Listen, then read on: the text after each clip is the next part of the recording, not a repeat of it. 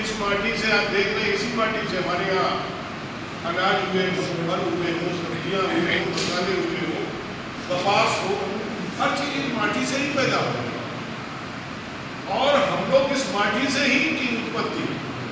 हमने सुना एक बार एक बच्चा बीमार था, किसी बड़े रईस परिवार में था, कभी माटी से देखने आने नहीं दिया उनको, हाथ तो हाथ रखा, एक ही बच्चा हुआ। लेकिन जब डॉक्टरों को दिखाया तो डॉक्टरों ने कहा इस बच्चे को जमीन पर कभी खेलने नहीं दिया गया।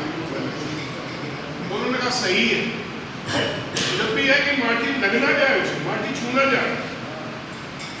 आपने देखा होगा तो फिर उन्होंने डॉक्टरों ने कहा इसे खेलने दीजिए, माटी में ही रखिए इसे।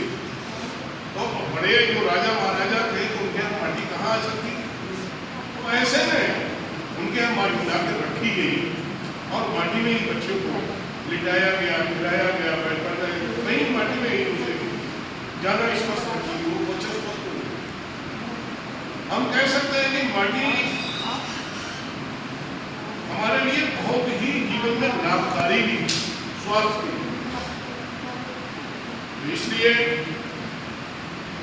हम अपने इस कार्यक्रम को और कैसे व्यवस्थित तरीके से करें, हम लोगों को सबको अपना चिंतन मिलना चाहिए। जब ये कलश गांव-गांव में चलेगा तो बड़े उत्साह के साथ होना चाहिए। ये नहीं है कि 4 लोग कलश लेके चल रहे हैं और 4 ही लोग डोर टू डोर जा रहे हैं। बड़े उत्साह के साथ में हमारे हाथ में झंडा, तिरंगा झंडा भी हो और कहीं कुछ वर्षा हो रही हो, ढोल नगाड़े से बज रहे हो, आगे जो ढोल नगाड़े की आवाज़ सुनते हैं तो बच्चे और बड़े बुजुर्ग एक चर्चा का विषय रहता है कि हमारे यहाँ कलश आए। उस कलश को लेके लोग बड़ा लोग उस गांव के जो शहीद परिवार हो उनके परिवारीजन भी हो सकते हैं, वो किसी भी जात के, किसी भी धर्म, किसी मजहब के, जो समाज के प्रमुख लोग हैं वो भी उस कार्यक्रम में रह सकते हैं।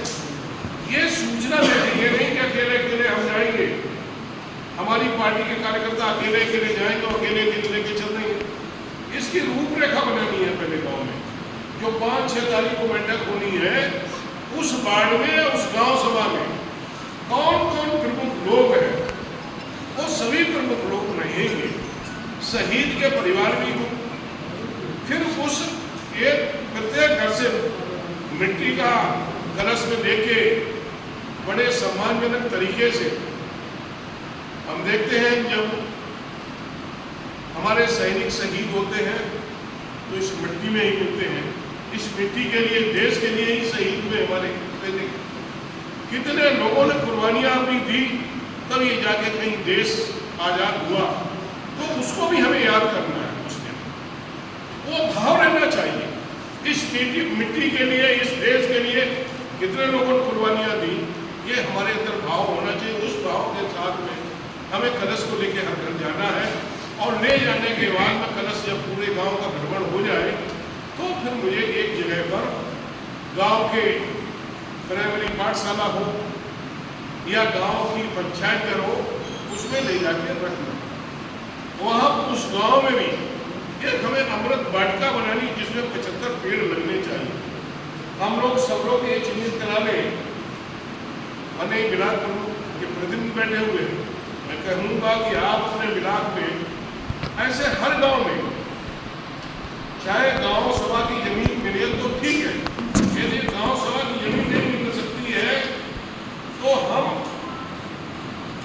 अपनी जो चरागाह की जमीन, उस चरागाह की जमीन पर भी हम 10 बीघा, 5 बीघा, हर गांव में चरागाह की जमीन है, 50-50, 100 बीघा, उसमें से हम 5 बीघा, 10 बीघा, 5 बीघा की जमीन को हम अमृत वाटिका के रूप में उसे तैयार कर लेंगे, तो एक हमारे लिए यूनिक चीज हमारे गांव में अमृत वाटिका बनेगी।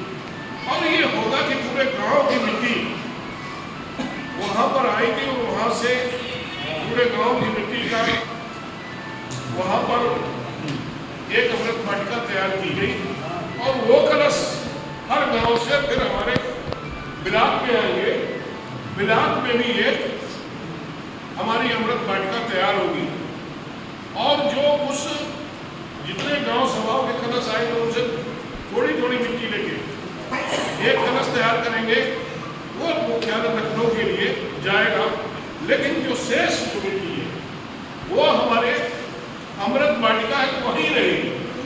अमृत वाटिका एक जो हमारे बिलाग में बनेगी, तो उसे भी लगेगा कि पूरे इस बिलाग का, पूरे इस बिलाग के गांव का एक ये वाटिका हमारा तैयार हुआ, पूरे एरिया की वहां पर श्रद्धा रहेगी, आस्था रहेगी।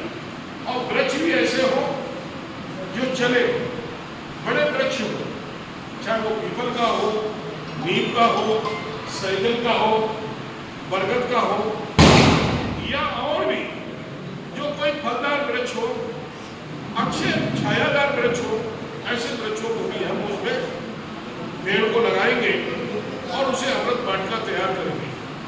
इसी तरह हमारा वार्ड में भी, हर वार्ड में इस तरह से कार्यक्रम होंगे। वार्ड की भी रूपरेखा बनानी चाहिए और